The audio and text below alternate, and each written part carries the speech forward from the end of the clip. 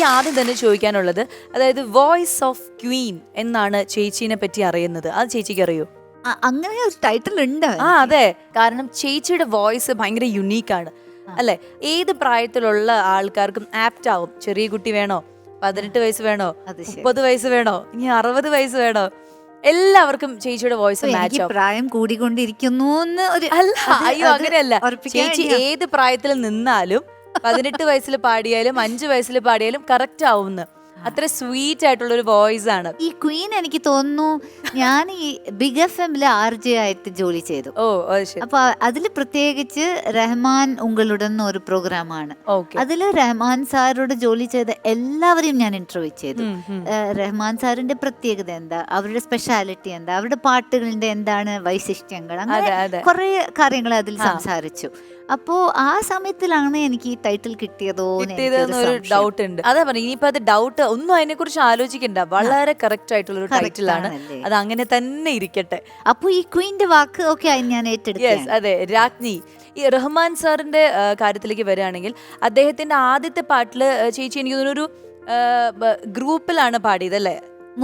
ബൊംബൈ പിക്ചറില് ഞാൻ ഹമ്മിങ്സ് പാടാൻ വേണ്ടിയാണ് പോയത്. പിന്നെ ഈ ഒരു ഗ്രൂപ്പ് സോങ് ഉണ്ടായിരുന്നു. മലരോട് മലരിങ്ക മകനാടും പോത് മനതോട് മനം என்று പകை കൊள்വതേനോ മതം എന്നും മതമോയറ്റും ദേശം മലർ மீது துயில் கொள்ளட்டும்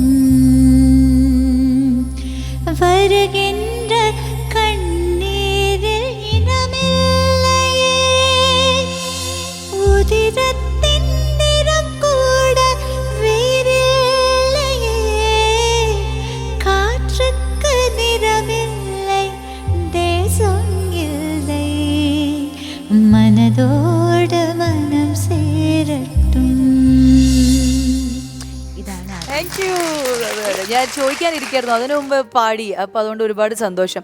ഈ BGMs ഒരുപാട് പാടിയിട്ടുണ്ടല്ലേ, അതിലൊരു ഫേവറേറ്റ് ആയിട്ട് എപ്പോഴും മനസ്സിൽ തോന്നിയ, അല്ലെങ്കിൽ അതായത് ചെയ്യണം എന്ന് ആഗ്രഹിച്ച് ചെയ്തു, അങ്ങനെ എന്തെങ്കിലും ഒരു ഇൻസിഡന്റ് ഓർമ്മയുണ്ടോ ഈ BGM?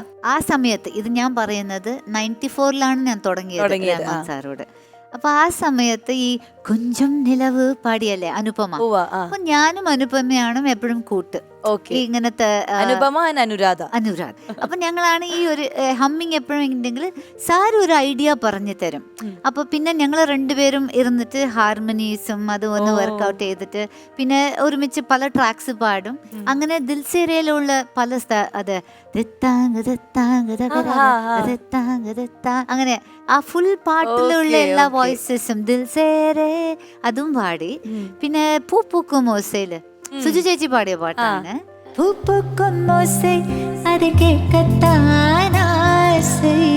പുൽവിരിയും മോസൈ അത് കേൾക്കത്താനാസൈ. ഇതാണ് പാട്ട്. അപ്പൊ അതിൽ ഒരുപാട്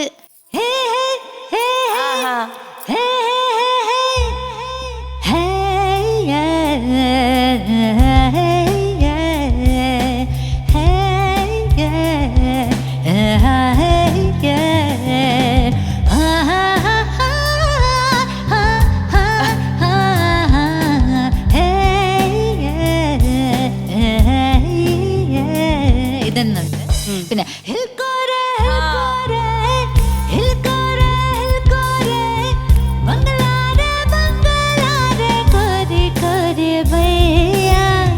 ഇതുണ്ട്. ഇങ്ങനെ പല സോങ്സും ഞങ്ങളുടെ ഹമ്മിങ് വളരെ വളരെ it was A beautiful experience ആണ്. ഇതിന്റെ ഒരു സിങ്ക്രണൈസേഷനും ആശ്രുതിന്റെ പെർഫെക്ഷനും കിട്ടാൻ അതൊരു വലിയ ലേണിംഗ് ഗ്രൗണ്ട് ആയിരുന്നു.